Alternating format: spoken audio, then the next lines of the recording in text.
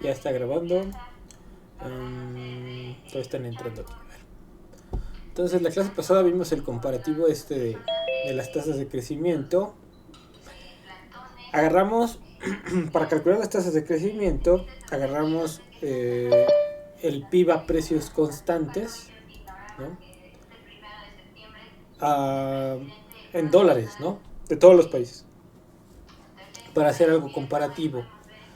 Pero aquí la cuestión es que estamos utilizando ya indicadores PIB real, ¿no? Entonces lo que hicimos en el caso de la comparación de la clase pasada fue comparar cifras reales, tasas de crecimiento de el PIB real de las distintas economías. Entonces, voy a compartirles aquí el pizarrón. Ahí me dicen si lo ven. Nope. Ok, entonces vimos, ¿no? El PIB real lo encontramos ahí como el PIB a precios constantes. ¿Sí? Y ese, bueno, lo encontramos ahí en las cifras de INEGI como PIB a precios constantes a un cierto año, ¿no? Por ejemplo, el PIB que bajamos para la economía mexicana era 2013. El PIB que bajamos la clase pasada, que era el PIB a precios constantes, a dólares constantes, de hecho, ¿no?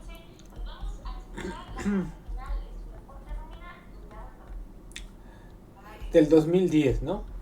Esa era la base que vimos la clase pasada. Pero bueno, a ver, el PIB real lo vamos a encontrar en las cifras tanto mundiales o nacionales como PIB a precios constantes, ¿no? De una determinada base. El año es una base y eso quiere decir que en ese año el IPI, el índice de precios implícitos, ¿se acuerdan? ¿Sí? Que es un índice deflactor del PIB, en ese año es igual a 100. Ahorita vamos a entender qué demonios quiere decir que sea igual a 100. Pero este IPI, bueno, es un índice, un deflactor del PIB a determinada base, ¿no?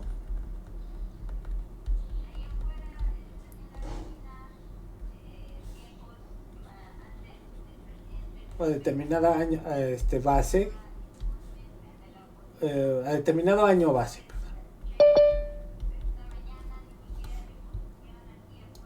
Entonces, el deflactor del PIB lo utilizamos para transformar una cifra nominal, que sería el PIB nominal, o precios de mercado, precios corrientes. Entonces el PIB nominal lo encontramos como PIB precios de mercado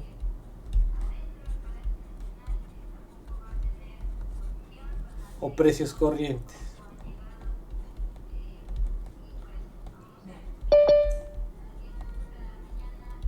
Entonces,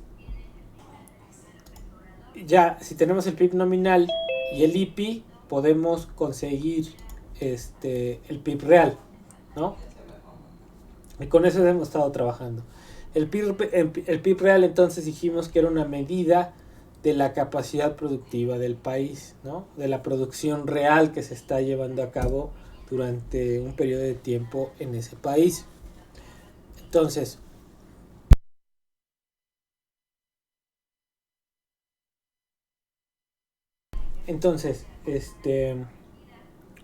¿ahí hay dudas?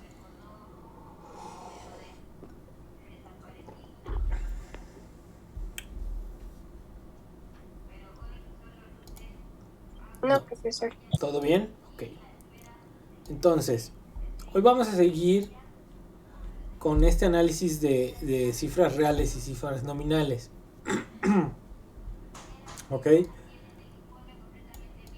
Pero vamos a analizar otras variables.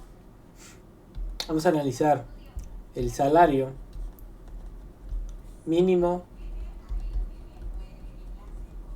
Vamos a obtener también el salario mínimo. Vamos a analizar el salario mínimo. Vamos a analizar el índice nacional de precio al consumidor, ¿sí? Entonces, el salario mínimo. Ajá. ¿Qué es el salario mínimo, chamacos, chamacas?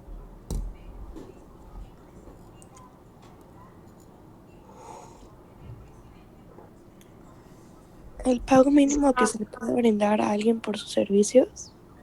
Ajá. A ver, Elizabeth. La cantidad mínima que se le puede, que la rige el Estado, que se le puede dar a, a los individuos por algún trabajo o actividad. Ajá. Eh, sí. Ok.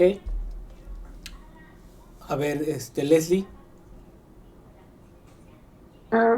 El salario mínimo, ay, perdón, es la cantidad mínima de dinero que se le puede pagar a un trabajador en un determinado país y pues es algo establecido pues, oficialmente. Ok. A ver, vamos a ver. Debe Adelante. ser suficiente para los gastos básicos, ¿no? Según la Constitución, ahí dice varias cosas, ¿no? Que debe ser, el salario mínimo tiene que ser lo suficiente para garantizar a un jefe de familia la alimentación, el vestido, el techo y hasta el ocio, ¿no? O sea, cierto, ese salario mínimo. Pero este salario mínimo pues no alcanza para eso. Pero vamos a ver ahorita. ¿Quién determina el salario mínimo?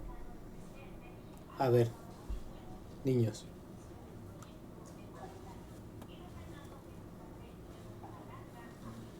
En México. ¿Quién determina? ¿Cómo se determina? ¿Cuál es el mecanismo?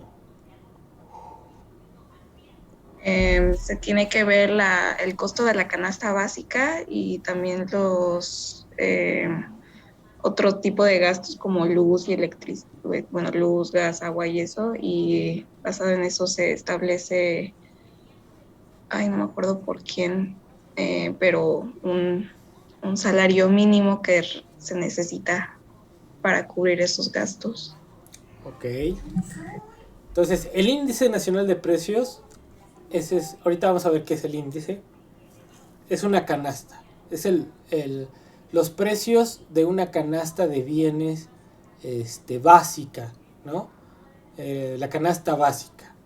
¿Qué es la canasta básica? Pues un conjunto de bienes. ¿Quién lo determina?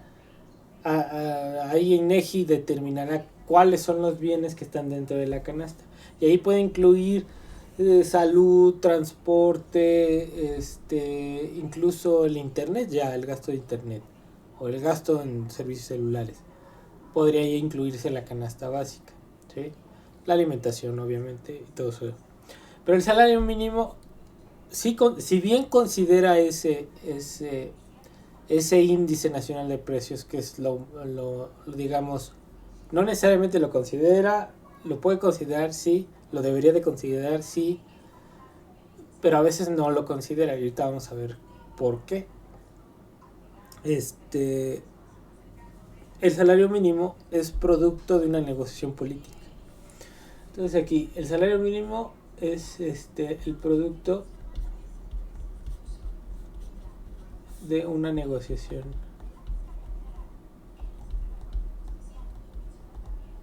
política en la que intervienen, ¿sí? Y aquí en esta negociación política intervienen los obreros, los empresarios y el Estado. Y la encargada de determinar en México el salario es la CONASAMI. ¿Se acuerdan o no?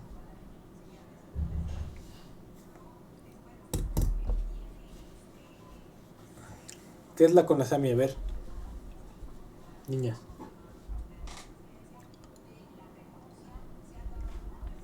Comisión Nacional de Salarios Mínimos.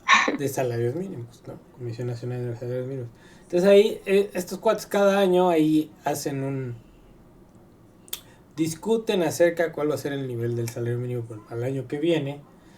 Y ahí hay negociaciones entre los obreros, los sindicatos de los obreros, los sindicatos de empresas y el Estado, ¿sí? Entonces, el Estado debería de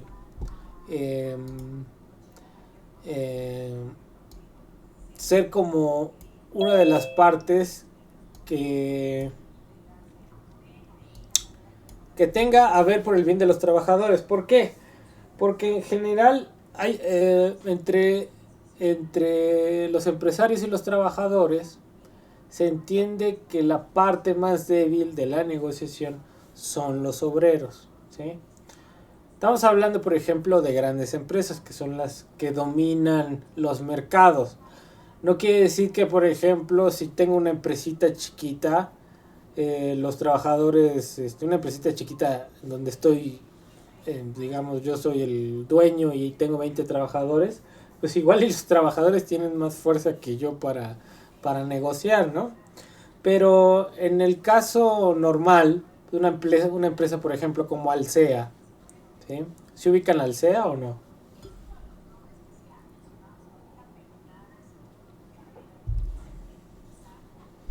Yo no, profe. Ok. Alsea es la que controla, por ejemplo, los VIPs, Starbucks, tiene franquicias, distintas franquicias del ramo de alimentos, ¿no?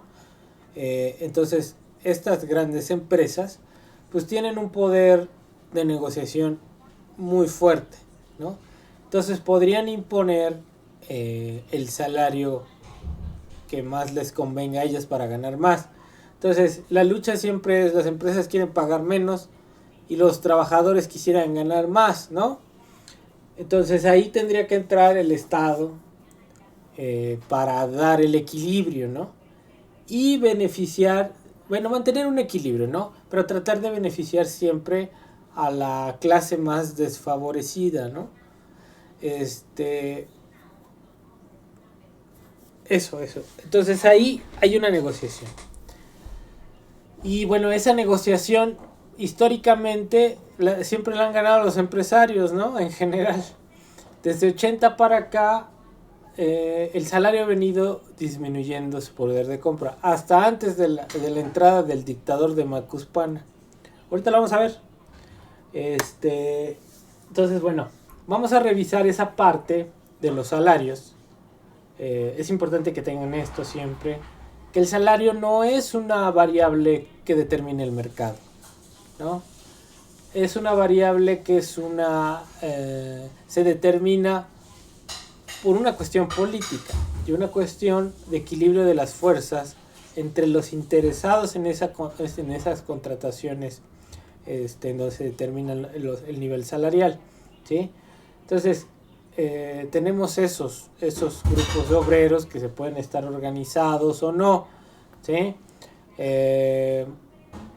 Ya no el sindicalismo no es tan fuerte como lo era antes. Antes me refiero en los años 70, en los años 60, ¿sí?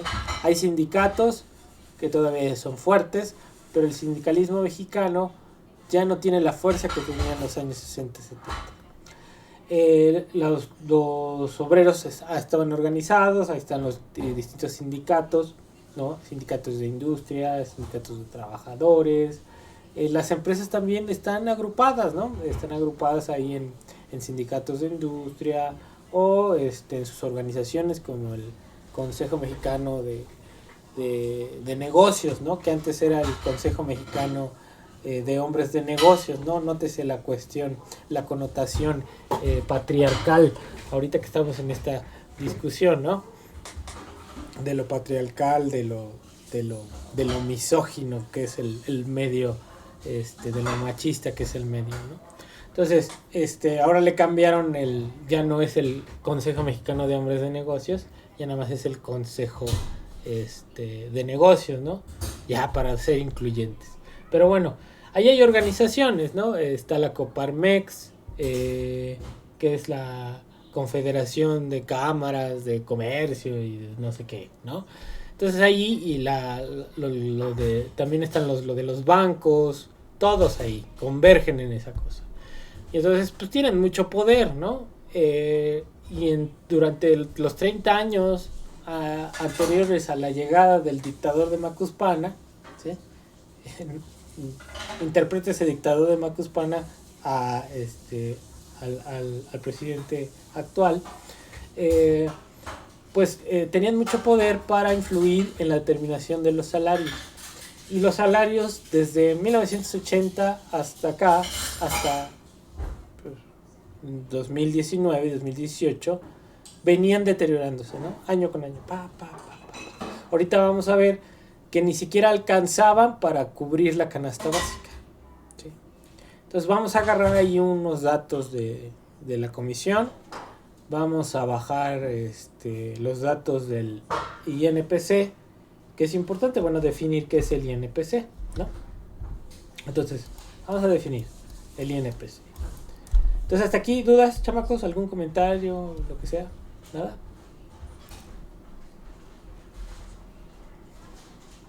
No, profe, todo bien. Ok. Entonces, bueno, el INPC es un índice, es el Índice Nacional de Precio al Consumidor, y ese índice es un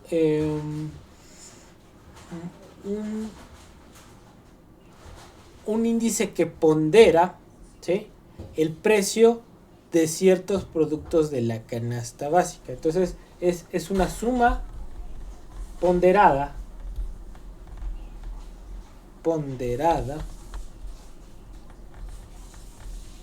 de los bienes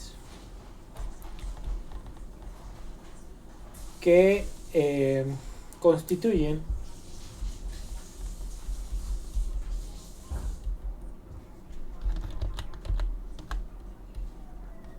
la canasta básica.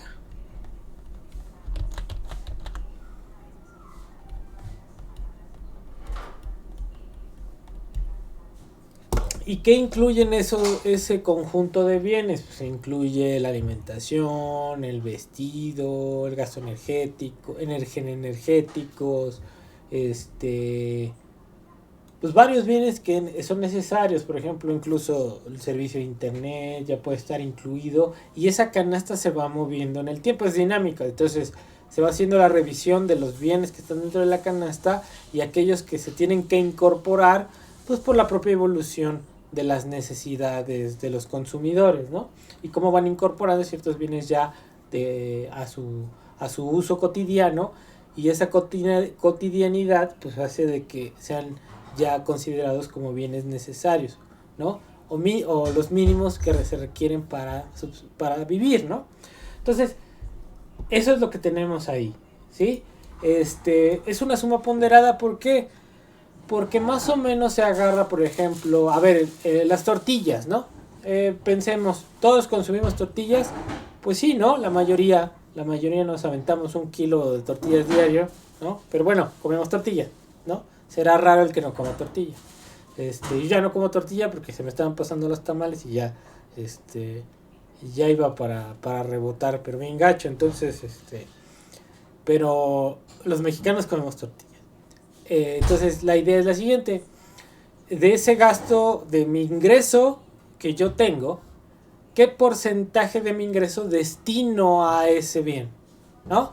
Entonces ese porcentaje, pues un 10%. Esa es la ponderación, ¿no? De zapatos, pues 30%. Entonces voy haciendo una suma ponderada, y esa ponderación la estoy calculando a través, por ejemplo, de sacar medias de los consumos sociales, digamos. ¿Sí queda más o menos claro o más o menos? Es una explicación más o menos para que entiendan ahí la cosa, nada más. No tan a detalle, ¿sí? Entonces, bueno, se van agarrando todos los bienes que, según ciertos criterios, forman parte de esa canasta, se ponderan y se hace la suma. Entonces, esa suma en cierto año, en el año base, va a ser igual a 100. Entonces, en el año base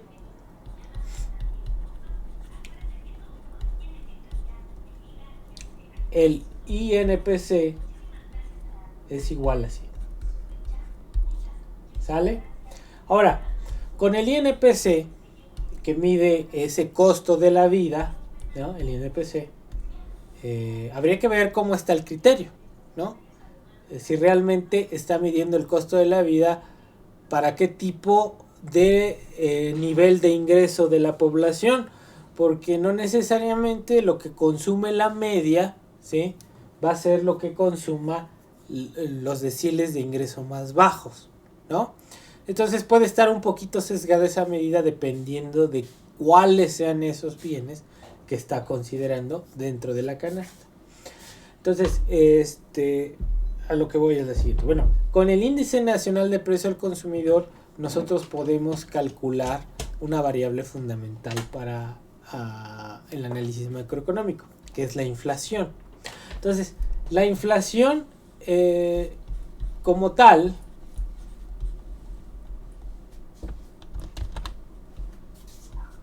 se define como el incremento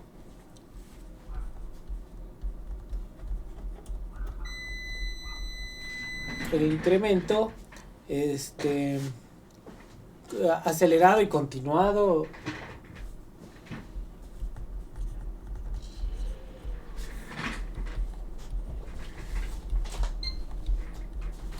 del nivel de precios, ¿no?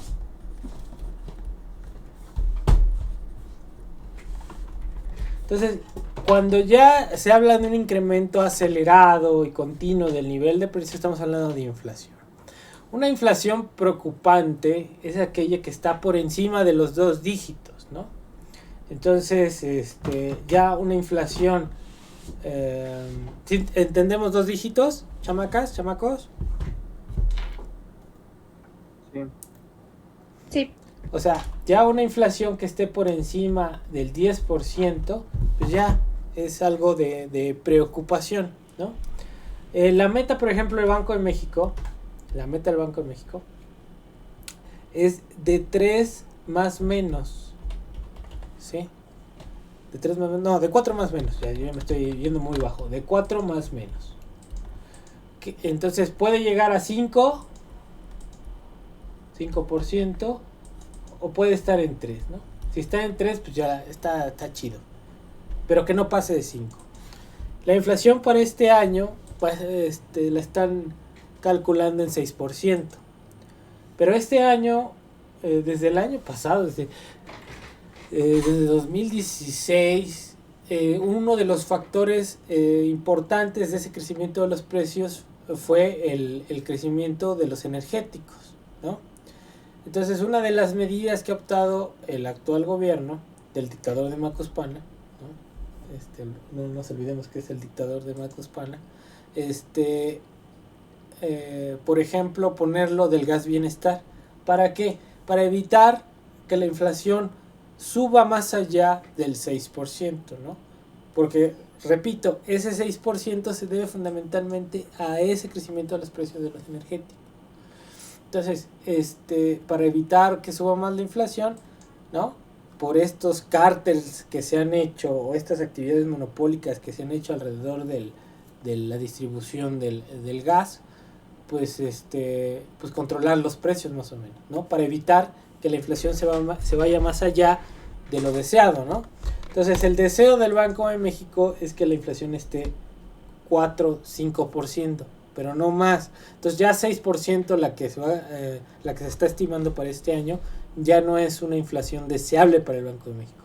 Sin embargo, no es una inflación que tenga que uno que preocuparse demasiado. ¿Por qué? Porque es de un dígito, ¿no? Si fuera ya una inflación de 10%, entonces sí, a ver qué hay que hacer para evitar esto. ¿Por qué tanta preocupación con la inflación? Porque en la retórica más convencional se dice que la inflación le pega al poder adquisitivo. Y es correcto. Sin embargo, el poder adquisitivo de los trabajadores no solamente depende de la inflación, depende también del incremento en el salario. Entonces, si el salario crece, ¿sí?, por encima de la inflación, pues no hay ningún problema, ¿sí? El problema es que la inflación crezca por encima del salario, ¿sí? Por encima del crecimiento del salario. Entonces ahí sí tenemos un problema porque hay una pérdida en el poder adquisitivo. Entonces esas son las cuestiones que hay que revisar, ¿no?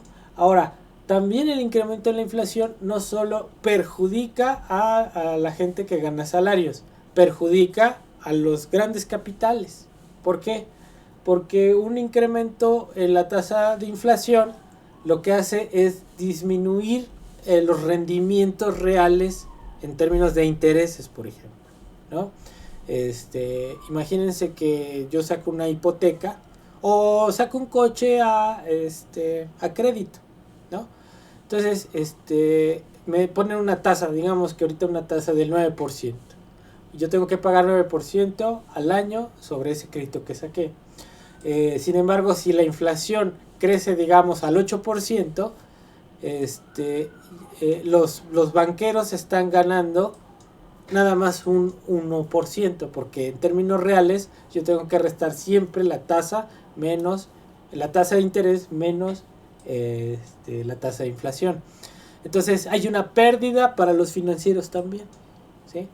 Entonces, ¿qué es más importante ahorita en el sistema económico y por qué es tan preocupante la inflación?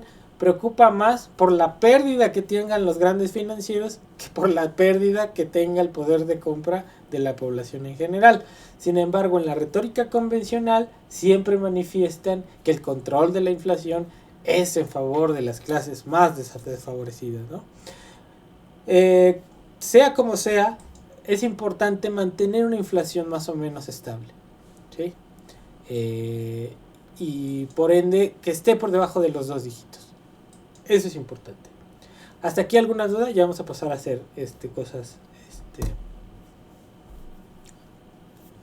interesantes. Profe, yo tengo una duda.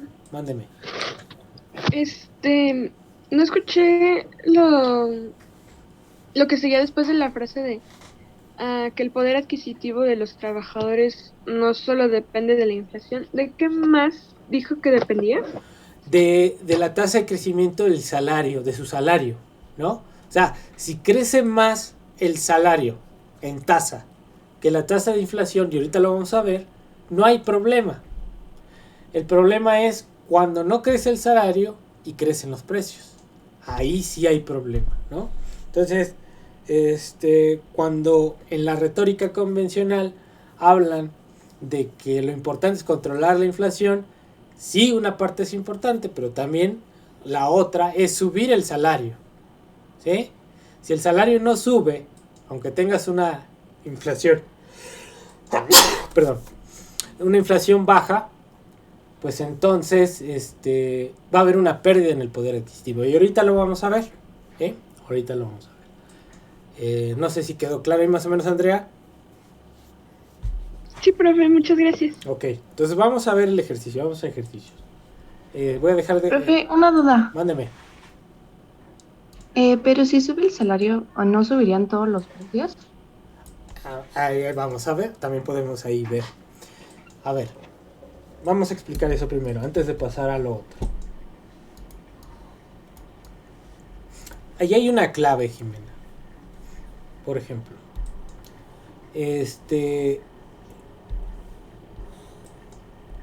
voy a poner aquí una gráfica. Aquí voy a medir una cosa que se llama la productividad. Productividad, y aquí voy a medir productividad y aquí en el tiempo, ¿no? Entonces, a ver, ¿qué entienden ustedes por productividad?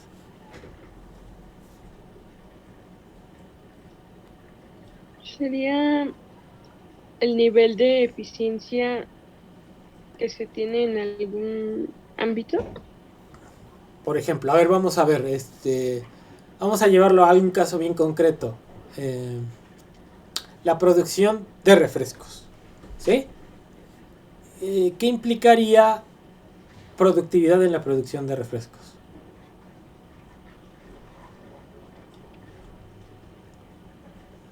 Zion, grita porque no te escuchamos. Es como ¿cuánto es capaz una empresa, una compañía como de producir? Sí.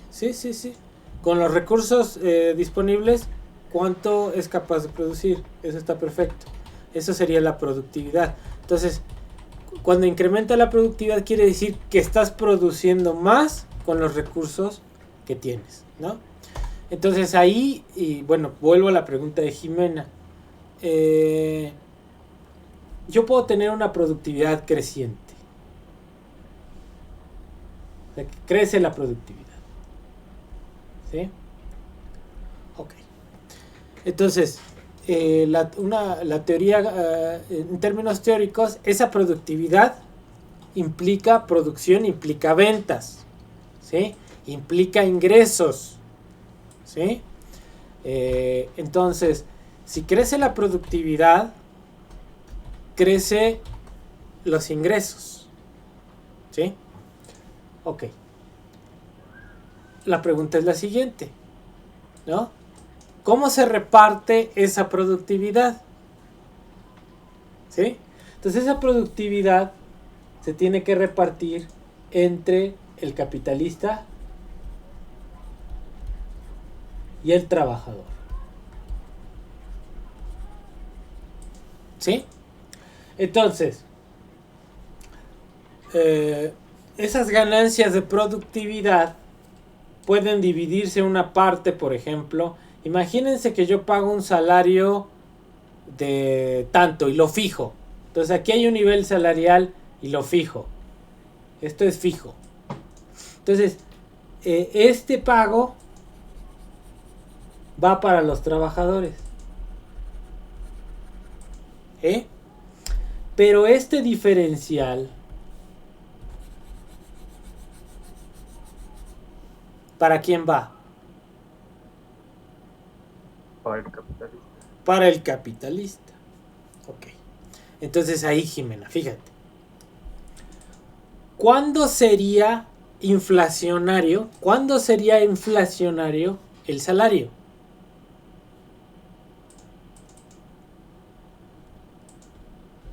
A ver, a ver si lo alcanzan a ver. ¿Cuándo sería inflacionario el salario? El salario es un costo, si lo quieren ver, ¿sí? Pero los trabajadores también generan el producto, ¿sí? En ese proceso productivo ellos son productivos también. Entonces, a ellos se les paga un salario y eso representaría un costo para el capitalista. Pero, ellos producen más de lo que se les paga, ¿sí? Esa productividad creciente se debe en parte a que ellos se hacen más productivos, ¿sí? Y otra parte al uso del capital, que hay que reconocerlo, ¿no?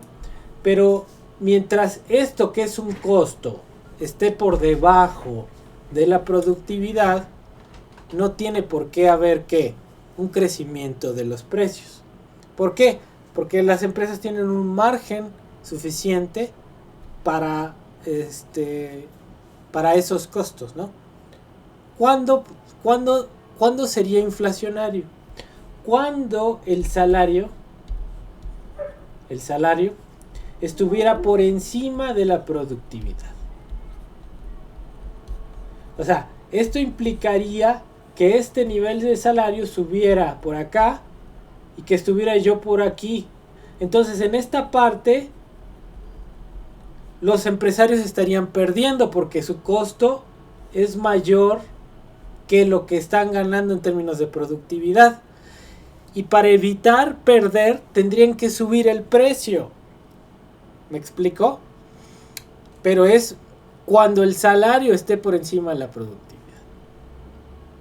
Entonces, no sé si quede ahí claro, Jimena. Sí, profe. Bueno, más o menos. Más o menos. A ver, los demás, ¿están entendiendo o no? También serían más o menos para mí, profe. A ver, imagínate que, bueno, aquí estamos viendo, con productividad creciente no hay problema, porque yo tengo un salario y las ganancias crecen, ¿sí?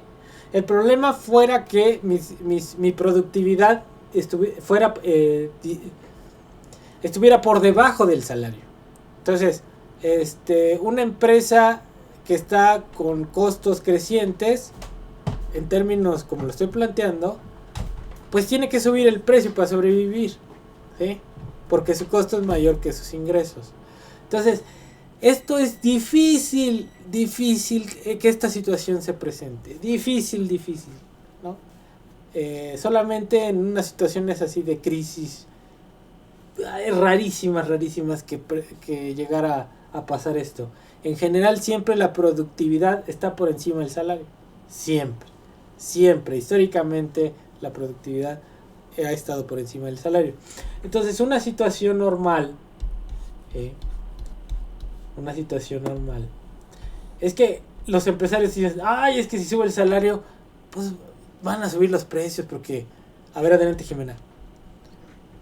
Sí, bueno, ya entendí. O sea, por ejemplo, si suben un poco más el salario, o sea, mientras no alcance, no sea mayor que su productividad, no tienen que subir los precios, ¿no? Exactamente, Jimena. Exactamente. Entonces, yo puedo tener una productividad creciente, o sea, la productividad creciente y salarios crecientes, pero en un nivel menor que la productividad, para yo garantizar que esto sea ganancia del capitalista, ¿sí? Entonces, mientras pase esto, si crece la productividad, yo puedo pagar más salarios.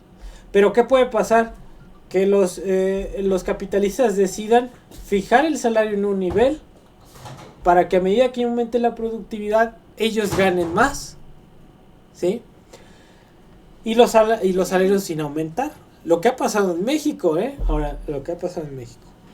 Ahora, la idea de la productividad creciente depende mucho de la inversión en capital, ¿sí?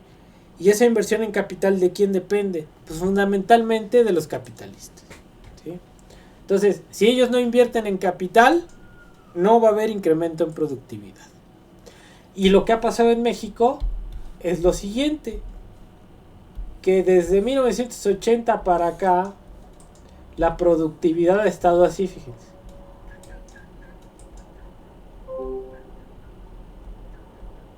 Algo así, desde 80. ¿Sí? Se ha estancado la productividad. ¿Y el salario? ¿Qué ha pasado con el salario? El salario... No, el salario... Bajó. Ya hasta estas fechas creció un poquito, ¿sí? Entonces, ¿qué pasó? Pues que se estanca la productividad, pero las ganancias crecen porque cayó el salario. ¿De quién es el problema de la productividad? ¿De los trabajadores? No, de las empresas que no invierten, ¿sí? De las empresas que no innovan, de las empresas que no compiten. No es un problema de los asalariados, es un problema de las empresas que con la misma infraestructura quieren seguir ganando cada vez más, ¿sí? Entonces, ¿por qué te avientan el choro de que si aumenta el salario tiene que subir los precios? Porque si aumenta el salario, ellos se ven obligados a competir, a invertir, ¿sí?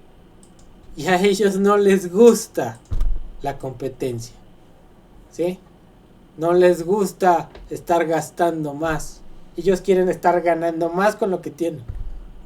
Los mexicanos así son, los empresarios mexicanos así son, ¿sí? No son innovadores. Ningún empresario mexicano es innovador, ¿sí? Entonces ese es el problema. Si te suben el salario, pierdes. O tienes que obligarte a invertirle en mejores tecnologías para aumentar tu productividad, ¿sí?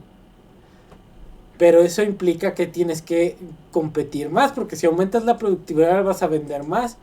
Y para colocar esos productos tienes que competir, diseñar mejores estrategias de venta, expandir tu mercado, ¿sí? Y eso no les gusta a los empresarios mexicanos, a la mayoría de los empresarios mexicanos, ¿no? Que no son innovadores, no producen nada innovador, no producen celulares, no producen automóviles, ¿no? ¿Qué producen?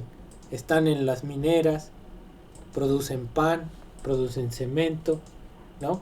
Pero no están en la producción de los bienes de alta tecnología. ¿Sí? Entonces, bueno, eso me llevó, la pregunta de Jimena me llevó a esta reflexión, ¿eh? Entonces, espero que les haya aclarado un poquito el panorama. Ya pasé el ejercicio. ¿Cómo ven? ¿Está loco esto? Sí. Profe, yo en lo último, bueno, sí entendí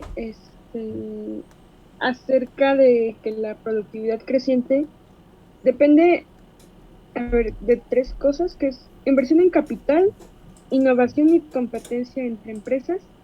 Pero, por ejemplo, ¿cuáles son esas cosas que son como deficiencia en las empresas mexicanas, como que casi no aplicamos? Ok. ¿Qué cosas de eficiencia? Pues simplemente, por ejemplo, a ver. Si estamos pensando, por ejemplo, en Cemex, ¿no? En Cemex. Es una empresa que produce cemento, ¿no? Entonces, la producción de cemento, la producción de la construcción, depende mucho del gasto público en infraestructura. Entonces, en eso y en construcción doméstica, ¿no? Entonces, si no crece el gasto de infraestructura gubernamental, pues difícilmente puedes colocar más cemento, ¿no? Entonces, pensemos en una empresa como las de telefonía, iPhone, Huawei, o que Huawei ya la bloquearon y ahorita ya está con el, ¿qué es el Honor? No, sí, Honor, ahorita no me acuerdo, pero bueno, estas empresas, los Android, ¿no? Entonces, ellos colocan una cantidad de teléfonos celulares independientemente de si gasta o no el sector público. Entonces, a lo que yo me refiero es que son empresas tradicionales que dependen, que no están creando su mercado, como es el caso de los celulares. Por ejemplo, si Android quiere vender más celulares que Apple, que ya lo hace, creo, ¿qué es lo que tiene que hacer? Tiene que meterle al marketing, tiene que mejorar su producto, tiene que estar innovando continuamente y tiene que estar combatiendo con las otras empresas, ¿no? Esas cosas las empresas mexicanas no las hacen, no hacen eso. Por ejemplo, una minera no hace eso. Ellas nada más extraen los recursos y los venden a quien lo necesita, ¿no? Pero no están buscando más demanda, no están creando su demanda. Si estás viendo en un sector automotriz, están compitiendo ellos. ¿Y están compitiendo cómo? Innovando, cambiando los modelos, metiéndoles más equipamiento a los coches. Ahí está el Elon Musk, ¿no? Que quiere construir el carro autónomo, tiene su fábrica que ya no usa mano de obra, que utiliza puros robots, ¿sí? Entonces, son empresas que están creándose sus mercados, no se están esperando a que las rescate el Estado, que el Estado gaste, no dependen de eso, están creando su propia demanda. Y en ese sentido, esas empresas innovadoras, por ejemplo, los viajes espaciales, ¿no? ¿Cuándo había existido un producto así? En ningún lado. ¿Para quién lo están creando? Para un segmento de altos ingresos. Pero en la medida de lo posible eso puede ir bajando el costo para llegar a segmentos más amplios, ¿sí? Pero están creando un nuevo mercado.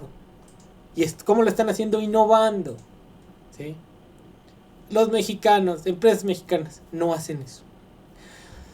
Yo les puedo poner un ejemplo, aunque me lleve un poquito más de tiempo, pero es el ejemplo, es importante siempre. Mi mamá trabajó, y este ejemplo se lo pongo siempre. Mi mamá trabajó 30 años en una textilera de unos judíos, ¿no? Entonces ella estuvo trabajando, pues yo creo que alrededor de los años 60 hasta más o menos los años 90, ¿sí?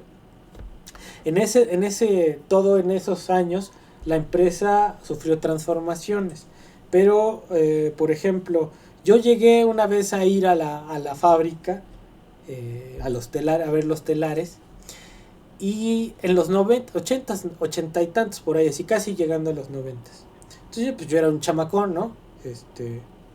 En los 90 creo que, no me acuerdo si yo tenía como 12, 15 años, no sé qué. Entonces mi mamá me metió a los telares y y yo vi los telares, ¿no? Le pregunté ahí, pues, porque yo era muy curioso, no, y estos telares, ya me dijo un cuate, no, pues son alemanes, ¿no? No sé qué, ya se veían viejas las máquinas, los telares, grandotes pero viejos. No, pues ¿cuántos años tienen? 30 años. Entonces eran telares que tenían 30 años de que los habían adquirido y todavía los seguían utilizando. A lo que voy es lo siguiente. Esa empresa producía tela, tenía su venta aquí asegurada en el país, pero con la apertura de los 80 y que empiezan a llegar las telas chinas, ¿sí? Estas empresas que tenían tecnología viejísima ya no pudieron ser competitivas con los chinos. Entonces esta empresa donde trabajaba mi mamá terminó por cerrar la fábrica y se dedicó nada más a la importación de las telas chinas y nada más reetiquetaba, hacía pues camisas de que la marca ahorita que ellos manejan se llama Hangtin, es de unos piecitos, ¿no? Ya mi mamá ya se jubiló, pero ahora hacen eso, ya no producen la tela. Compran la tela porque es más barata y le ponen su marca. Compran la ropa, le ponen su marca. ¿Y por qué pasó eso? Porque no invirtieron, ¿sí? Porque no innovaron, ¿sí? Porque se acostumbraron, se conformaron con la venta al interior del país y no les importó invertir más. ¿Por qué? Porque tenían ganancias, ¿sí? Entonces, esa es la cosa, ese tipo de empresarios son los que tenemos, ¿sí? No son innovadores. Entonces, ese es un drama de la economía mexicana, que no tenemos empresarios innovadores, ¿sí? ¿Sí queda claro, chamacos? Sí, profesor. De hecho, creo que queda en evidencia un poco, basado en eso que platica, un tanto de conformismo y un tanto tal vez de tradición, tal vez de decir, no, pues si esto funciona, como, pues, ¿para qué cambiarlo?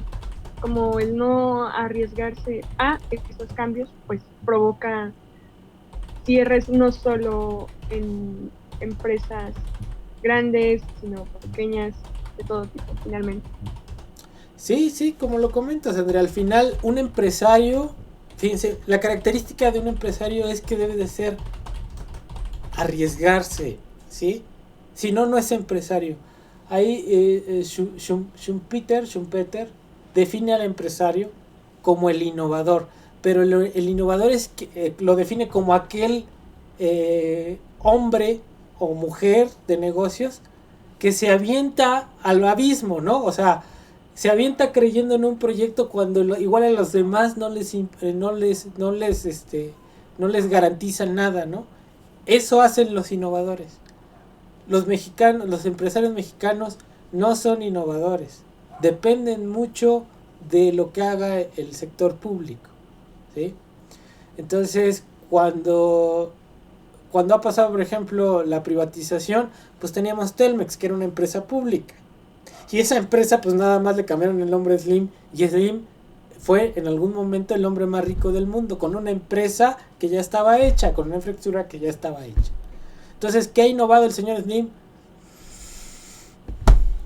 Nada, ¿no? De los hombres más ricos, ¿no? Salinas Pliego, que también es de los hombres más ricos. ¿Qué hace ese señor? ¿Cuál es su empresa? ¿A qué se dedica? A ver. Banca Azteca, ¿no? Banco Azteca, ¿qué más? También Su televisora, ¿no? La televisora, ¿qué más?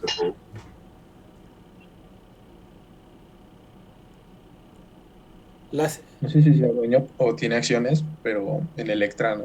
Bueno, no, ese es de Electra y que es Coppel y todas esas cosas, ¿no? Ahora, entonces tiene bancos, ¿sí? Tiene televisora, ¿sí? Y tiene Coppel, ¿Qué produce ese señor? ¿Qué produce?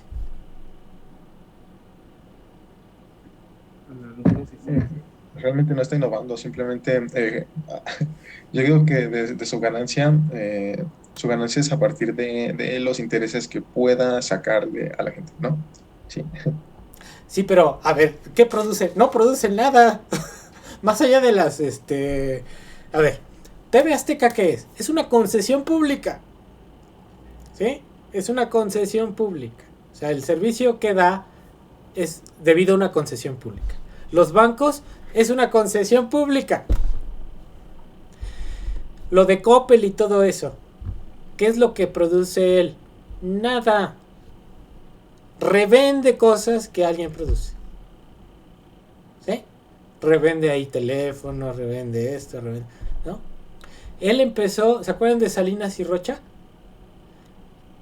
Que eran muebleros. ¿Sí? Sí.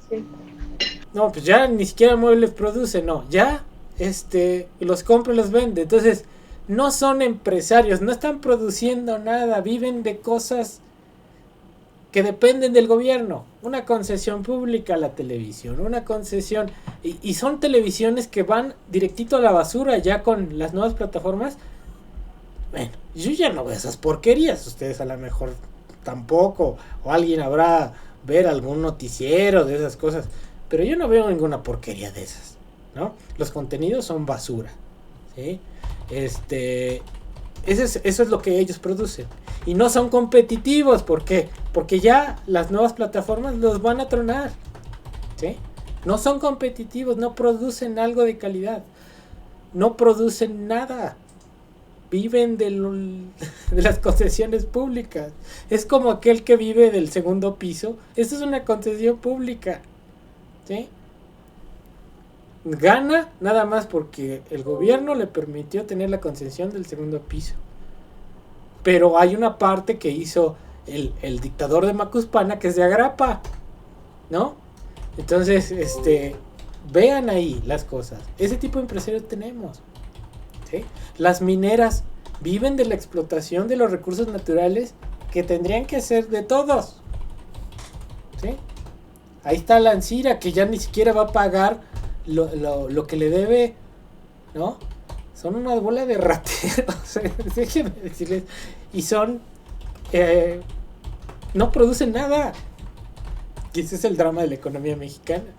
Esos son los empresarios que tenemos.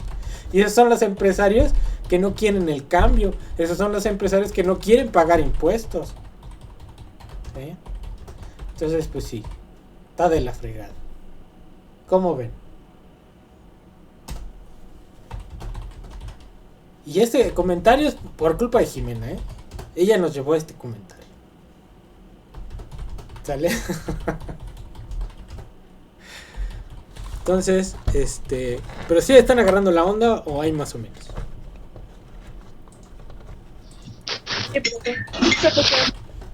¿Sí? Entonces, pues ni modo, aquí yo soy bien crítico. Entonces, ustedes, si les logro pasar algo de lo crítico que yo soy, ya, ¿no? Recuérdense que de todas maneras a mí no me crean nada. Ahí están los libros, ahí están las cifras. Entonces siempre hay que ser críticos de todo, ¿no? De todo. Para hacernos un criterio más o menos objetivo de la realidad, ¿no? Ese es el objetivo. Entonces, bueno, voy a dejar de compartir esto y vamos a agarrar unos datitos para hacer el ejercicio. A ver si alcanzamos, porque ya nos pasamos aquí echando chisme. Entonces déjenme, les descomparto y comparto. ¿Dónde está la cosa esta? Ya no sé. A ver, aquí dice, ya ni siquiera compran los derechos de varios eventos. Sí, no manches. Salud, sí. Sí. Ok. Entonces, vamos a ver. Entonces ya les dejé de compartir. Ahora vamos a ver el internet. A ver. Ustedes dirán, ¿ya están viendo mi internet? Ya. Ya, sí, profesor. Entonces me voy a ir con Asami. ¿Sí? Comisión Nacional de los Salarios Mínimos. ¿Vale?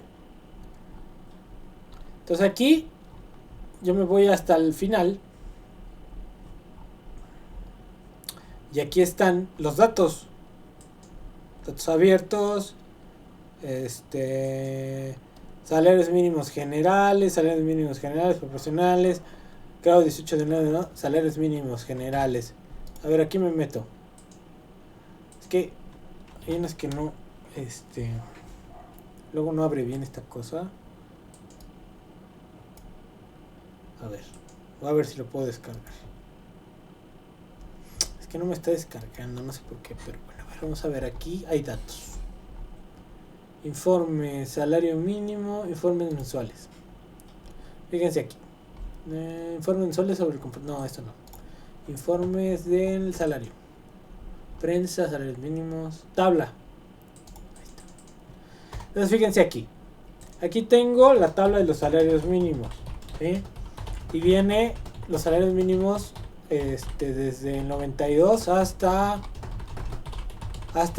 2021. Entonces vamos a agarrar unos aleatoriamente. Voy a agarrar el año 2000. ¿Sí? Y ustedes van a apuntar lo siguiente. Y ahorita con eso que apunten me lo van a pasar. Apunten aquí. Año 2000, 37.90. Cuando me digan que ya, me cambio.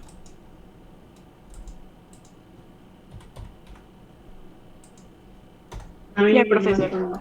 Ok. Entonces, voy a agarrar 2006. Apúntenle ahí, 48.67. ¿Vale? Ya, profesor. Ok. 2006, ¿verdad? Sí, 2006. Ahora vamos a 2000. ¿Qué será? 2006, 2009. Ahí está. 54.80. ¿Ya lo tienen? Ok. Voy para atrás.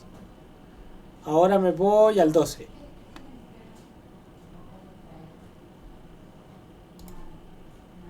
Al 12. 62.33. ¿Vale? Ya, profe. Ok, me voy ahora al 12. Voy a agarrar 16 y luego 18. 73.04. ¿Sale? Sí, profesor. Ok. ¿Este de qué año es? El de 16. 73. 16. Ah.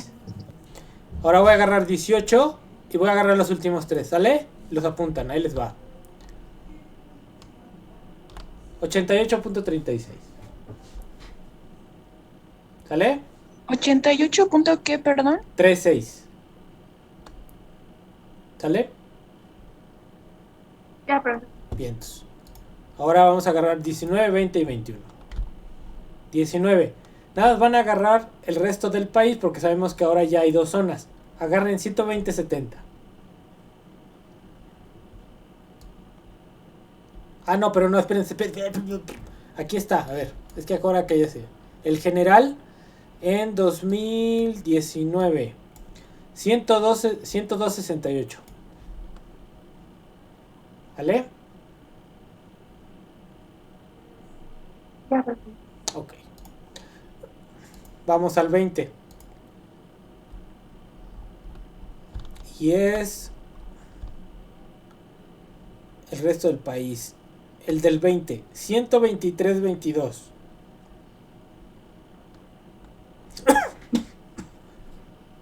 ¿Sale? Sí, profesor. Ok. Ya el último. 141.70.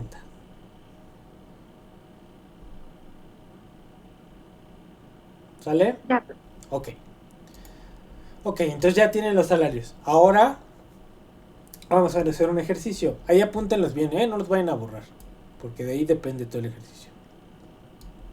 Voy a entrar a INEGI ahora.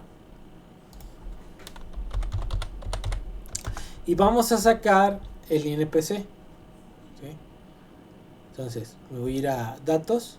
O incluso, fíjense, le pico ahí inflación en el buscador. INPC. Y aquí, fíjense, me sale Índice Nacional de Precios. Agarro este. ¿Sí? Y entonces aquí viene tabulados. Ay, a ver si estoy grabando aquí. Ay, tarado. Espérenme tantito.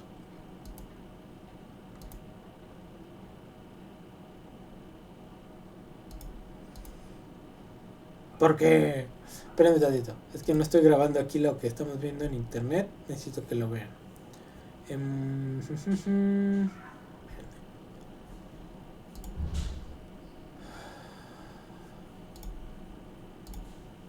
Captura de ventana. Captura de ventana. Zoom. A ver. Ahí está. Sale. Entonces ya estamos aquí en internet. Yo estoy haciendo otra cosa aquí para que la vean. Entonces, vean aquí. Voy a irme a tabulados. Y voy a bajar el mensual.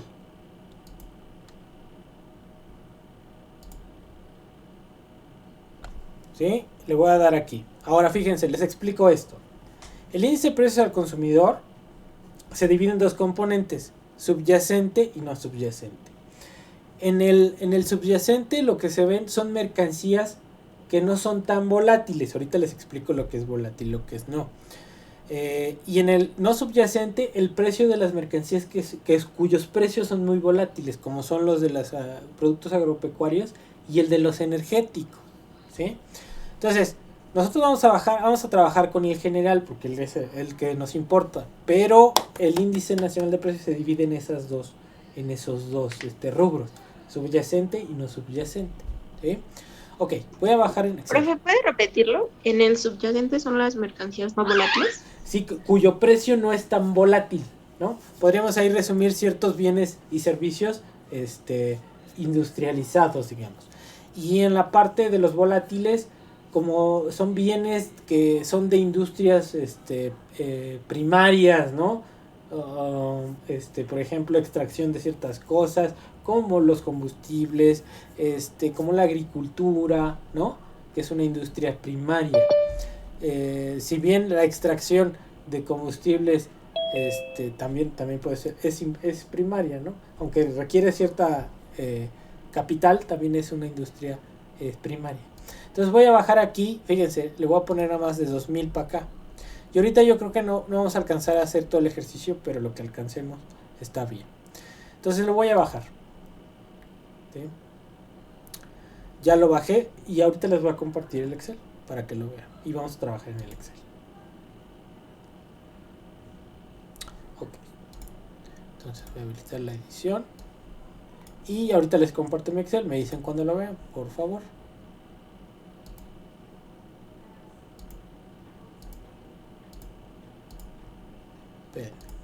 Espérenme. Profesor, entonces, solo para aclarar, entonces subyacente es mercancías no volátiles y no subyacente son mercancías volátiles que generalmente se enfocan en la industria primaria.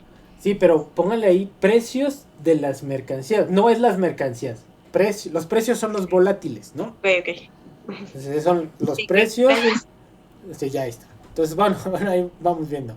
Entonces ahorita ya les voy a compartir el Excel. Espérenme, nada más que estoy acomodando aquí la pantalla en la grabación para que se vea bien. Que si no, luego estamos chillando. ¿Sí?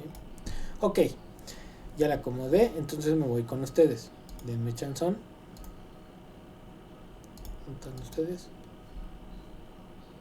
Aquí están unos, pero a ver. Espérenme aquí que me llevo esto.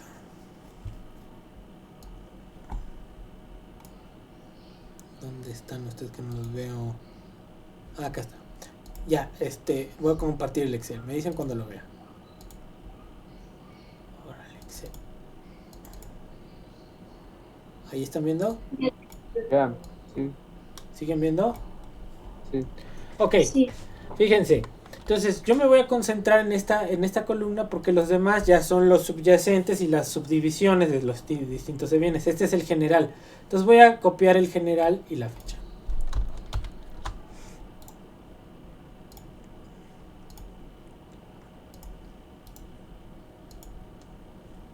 Entonces aquí INPC, ¿vale? Entonces viene desde enero. Yo puedo aquí, y lo voy a hacer. ¿Se alcanzan a ver o lo hago más grande? Ahí sí. Sí se ve, profe. Ok.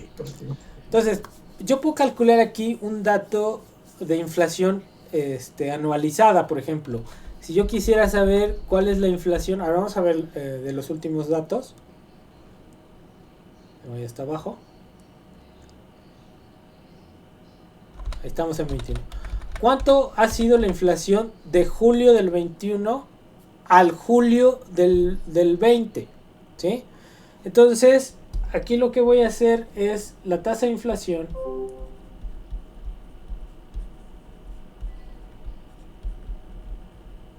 Entonces, la voy a poner así como incremento en P a julio 21. Y esto va a ser igual al INPC. Disculpe, profe, seguimos en el Excel. ¿Está en el Excel? ¿Pero sí están viendo o no? Ajá, nosotros. Sí, bueno, nosotros estamos en el Excel, pero no sé dónde está escribiendo. ¿En el Excel? Estoy escribiendo en el Excel. ¿No lo están viendo? A ver. A ver, espérenme. Déjenme ver qué está pasando. Vuelvo a compartir. A ver. ¿Están viendo o no? Ya, ahora sí. Ok. Entonces, voy a calcular la tasa de inflación a julio del 21. Entonces, lo que voy a hacer es agarrar el INPC de julio del 21 menos el INPC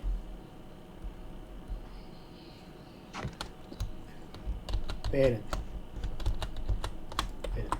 Aquí ya estoy haciendo puras tonterías. El INPC de julio del 20 entre, ¿qué va acá abajo? Pues ya saben, el INPC de julio del 20 y lo voy a multiplicar por 100. ¿Sale? Entonces así voy a tener una inflación anualizada más no anual, ¿sí? Pongan ahí, anualizada, no anual, ¿no? Entonces, voy a calcularlo aquí.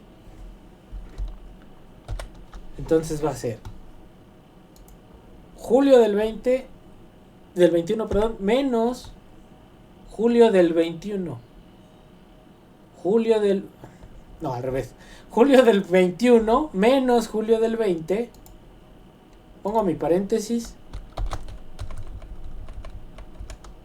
Luego lo divido entre julio del 20. Pongo mi paréntesis. Aquí la canción. Y lo multiplico por 100. Y entonces aquí tengo esta inflación. ¿Sí? ¿De cuánto fue la inflación? De julio a julio. 5.8.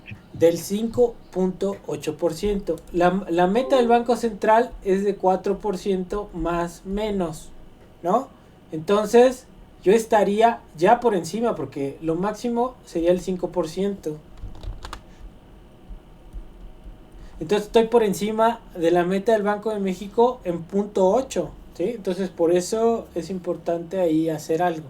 Les digo, no es una inflación que digan, ay, no es para tirarse ni nada. Es una inflación de un dígito, es de 5%. Pero hay que cuidarla, ¿no? Entonces la meta del Banco de México sería lo máximo 5. A ver, adelante, Elizabeth. ¿Cuál era la cantidad de julio del 20? Del 20, a ver, va. Julio es 107.44. ¿Sale? Sí, gracias, profe. Ok, entonces bueno. Entonces esta es la inflación anualizada más no anual. Ahora, aquí le voy a poner al ladito. Entonces, si yo quisiera calcular la inflación anual, tengo que sacar un promedio, ¿sí? Entonces tendría que sacar promedio de cada año para sacar la inflación anual. Entonces vamos a ver. Me pongo en diciembre y aquí voy sacando promedios, ¿no? Promedio.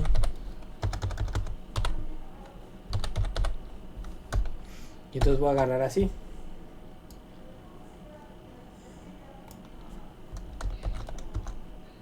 Y entonces sí, voy a hacer aquí lo siguiente. Le voy a picar doble. Y voy revisando los diciembres, por ejemplo. Diciembre. Y me está agarrando todo diciembre. Ok. Entonces ya que tengo esto, voy a hacer un filtro para agarrar nada más puro diciembre. Ok. Entonces aquí voy a poner año. Y aquí voy a poner anual.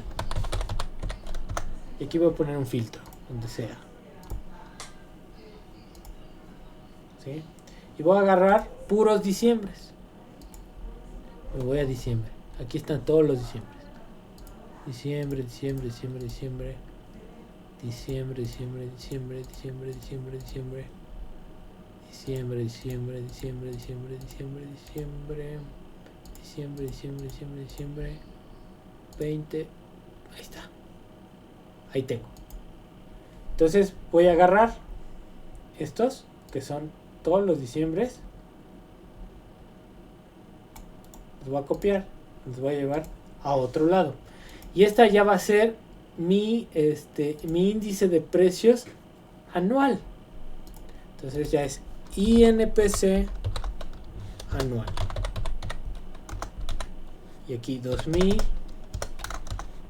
de 2000 hasta 2001, 2002, y ya lo completa Excel solita. Ahí está. 19. Ah, me faltó el 20, ¿por qué? Acá está el 20.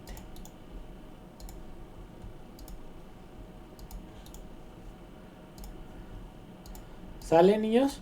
¿Ahí están agarrando la onda o no? Hablen, niños, no sé si me están pelando, ya se durmieron o ya se fueron.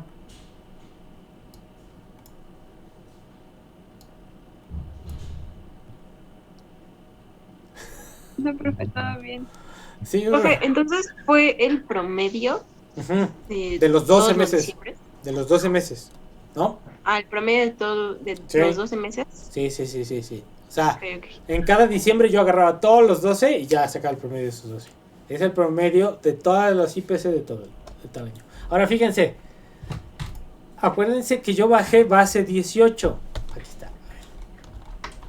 IN anual, ¿no? Y era base 18. Entonces en 18 tiene que ser igual a 100. ¿Te acuerdan? Y en específico la segunda quincena, ahí decía, ¿no? Entonces en la segunda quincena es igual a 100. Pero en 2018 el promedio es 100 más o menos. ¿Sí? ¿Ok?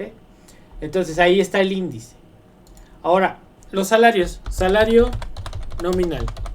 Y aquí es donde ustedes me van a decir los datos. Entonces en 2000, ¿cuánto era? 37.9. No, pues ya nada más ahí no se peleen tanto porque no escuché a ninguno. 37.9. 37.9. Luego, ¿cuándo fue? 2006, Acá, ¿cuánto fue? 48.65. ¿Punto 60 y qué? 67. 67. Luego, 2009. 2009, ¿cuánto fue? 54.80. Punto 80, ok. Luego, 12, ¿no? 2012 ¿Cuánto? con 62.33. 62.33. Sí. Ok, luego, 16, ¿no? Sí. ¿Cuánto? 73.04. 73.04. A ver, déjenme ver si está grabando. Sí, está bien. 73.04. Luego, 218. Con 88.36. 36. Luego, 2019. 102.68. 102. ¿Qué? 68. 68. ¿Y el 20? 123.22. 123.22. Ok. ¿Sale? Entonces, fíjense. Voy a sacar el salario real.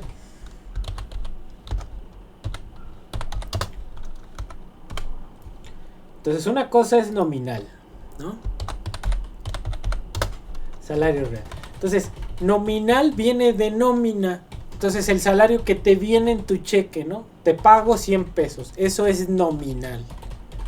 Real tiene que ver con lo que te alcanza para comprar, ¿sí? Entonces, el salario real lo voy a agarrar. Es igual al nominal entre el INPC. ¿Cómo leo esto, niñas y niños? Como que en el año 2000 me alcanzaba solamente para comprar el 81% de la canasta, ¿sí? O sea, no alcanzaba a comprar una canasta, nada más me alcanzaba para comprar el 81%. Luego acá en 2006, vamos a ver el otro. Igual, salario nominal entre el índice de precios. Fíjense aquí cómo está la cosa. Se redujo. En 2000 me alcanzaba para el 81%, pero en 2006 nada más me alcanzaba para el 79%. A ver, en 2009. Salario nominal entre el índice nacional. Fíjense, todavía se redujo más. A ver, aquí ¿quién empezó a gobernar en 2000? El año 2000. Fox. Un cuate de ustedes, un presidente muy exitoso, muy popular, ¿no? Fíjense lo que hizo. En ese sexenio, en el de Fox, se redujo el poder adquisitivo de los trabajadores. Si en 2000 apenas alcanzaban el 80% de la canasta, ya en 2006 cuando salió, pues todavía lo redujo un poco más, ¿no? Luego de 2006, ¿quién entró? Calderón. Pues el presidente exitosísimo de ustedes, el presidente del empleo y que no sé qué, ¿no? Sí, empezó con 79, no, pues ya en 2009 lo redujo más el poder adquisitivo de los trabajadores, .77. Vamos a ver cuando salió su presidente estrella, Calderón. Ay, se recuperó un poquitito, pero no llegaba a la canasta, ¿no? Seguía siendo el 78% de la canasta, ¿sí? Luego ya salió Calderón en 2012 y entró ¿quién? Enrique Peña. Pues ahí dice Enrique Peña, pues el guapetón, ¿no? El presidente exitoso, la gaviota, ¿no? Bilingüe.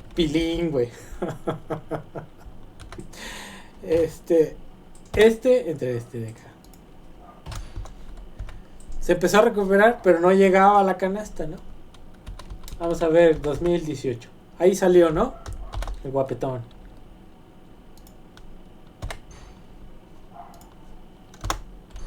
$88. Subió un poquitito más, pero sin alcanzar la canasta.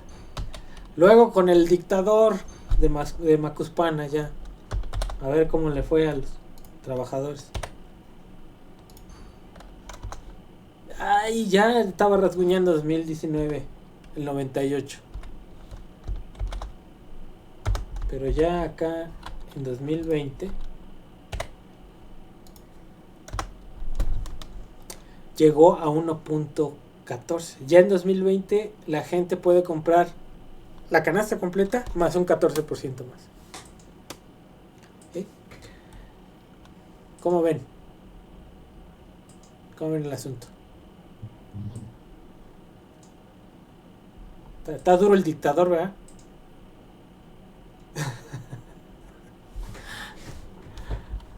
Zion, tienes que gritar porque no te escuchamos. No. Es que lo prendí por error.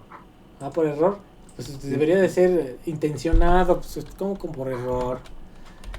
Bueno, entonces fíjense aquí cómo ha ido evolucionando. Pero llegó en los sexenios anteriores O sea, el salario no alcanzaba para comprar una canasta, ¿sí? Hasta que llega el dictador de Macuspana, ¿sí?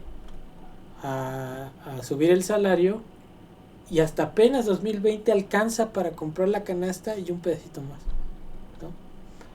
Entonces, realmente el bienestar de los trabajadores, que son formales y que ganan salarios mínimos, ha aumentado hasta ahorita, ¿no? Independientemente de la inflación, chamacos. Por eso les digo que una cosa sí, la inflación es contra la inflación es importante, pero también lo importante es que incremente el nivel del salario. Si no incrementa el salario, pues no pasa nada. Fíjense aquí, vamos a hacer este ejercicio. Fíjense el salario nominal de aquí para acá. Vamos a hacer la tasa de crecimiento del salario nominal. Sería menos de acá,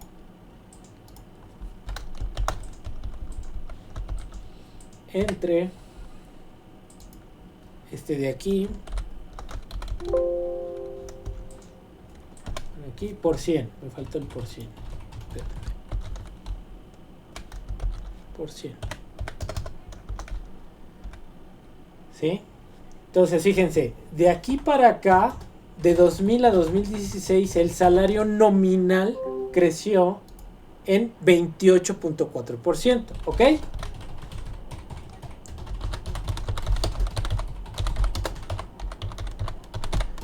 El crecimiento nominal fue del 28.41%. Pero ¿cuánto creció la inflación? Vamos a verlo. De aquí, menos entre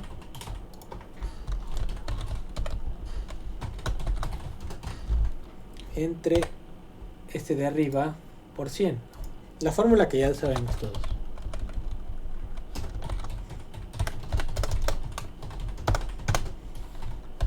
¿Qué pasó?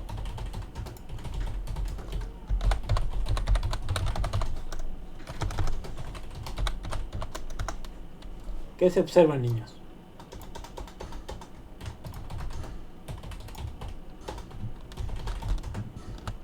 Que la inflación es mayor al crecimiento.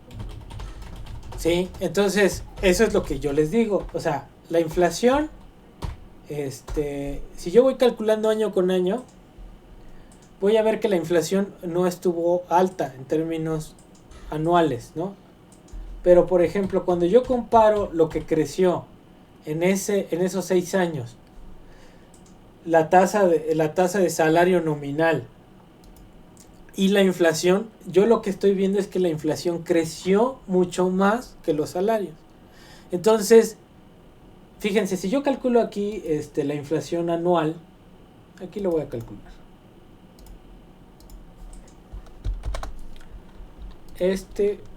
Menos ¿Todavía están vivos o ya se durmieron? Todavía estamos vivos, profe. Aquí está la inflación, ¿vale? La voy a correr. Fíjense. Si se dan cuenta, la inflación ha estado en una cifra. ¿Sí? En una cifra. En una cifra. Sin embargo, el poder de compra disminuye. ¿Sí? ¿Por qué? Porque no crece el salario nominal. Y no crece, ¿por qué? Porque los empresarios, ¿no?, tienen la fuerza suficiente para impedir que el salario nominal crezca. Y aunque la inflación esté baja, no mejora el nivel de vida de la población. ¿Sí? ¿Qué se necesita?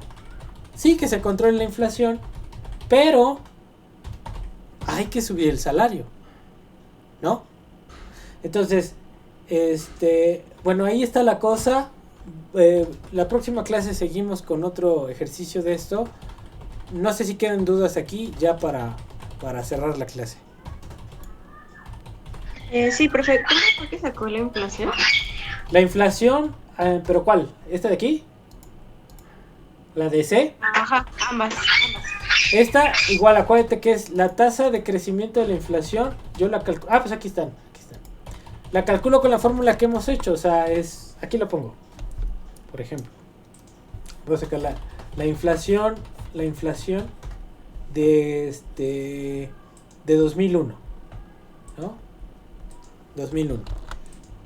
Es igual a el INPC del año 2001 menos el INPC del año 2000 entre el INPC del año 2000 y esto lo multiplico por 100. Entonces este de aquí es este 6 de acá, ¿no? Y todos los demás van igual, ¿no? Voy cambiando el año y voy ajustando. ¿Sale? ¿Sí está quedando claro, chamacos, o no? Hay más o menos. Pero, por ejemplo, en esta que le salió 31.76. Es que esa fue de año con año, ¿no? En esta de aquí, digo, en año con año. Esta fue... fue la que comparó con el del 2000 con la exactamente. de 2000. Ok. Esta fue, digamos, los precios a 2006, pero teniendo en cuenta la de 2000. Entonces esto fue INPC. Sí, por eso es mayor. 2006, porque está sumando todas, ¿no? La suma de todas esas de menos INPC. Ay. INPC de 2000 entre INPC de 2000 por 100. ¿Sí? ¿Qué es esta? Profe, gracias. Sí, por eso es mayor, sí. ¿Sí? Y que tendría que ser más o menos la suma de todas las anuales, más o menos. ¿Sí? Más o menos tendría que ser la suma. ¿Qué decías la suma más o menos? ¿Cómo ven? ¿Sí quedó claro? Sí, profe. Entonces estamos peor con el dictador de Macuspana que con los héroes de la nación anteriores. Ahí hagan su criterio. Entonces voy a detener la grabación.